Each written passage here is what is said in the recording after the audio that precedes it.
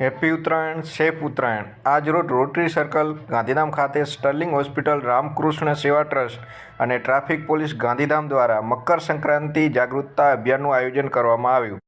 તેની અંદર ગળા માટેના સેફ્ટી બેલ્ટ તથા આરોગ્યની તપાસ વિના મૂલ્યે કરવામાં આવી. આ આયોજનને સફળ બનાવવા સ્ટર્લિંગ હોસ્પિટલ તરફથી અલ્પેશ દવે, સની શાહ, જિગ્નેશ નાઈ તથા નિકી રાવતે સહયોગ આપ્યો હતો.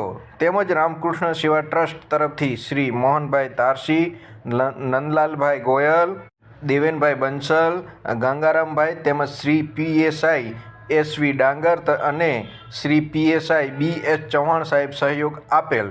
સ્ટર્લિંગ હોસ્પિટલના unit head doctor Mayank Patel સાહેબ એ વધુમાં જણાવ્યું કે દર વર્ષની જેમ આ વર્ષે પણ આ આયોજન કરવામાં આવ્યું તેમજ આવતા દિવસોમાં પણ આવા આયોજન કરવામાં આવશે.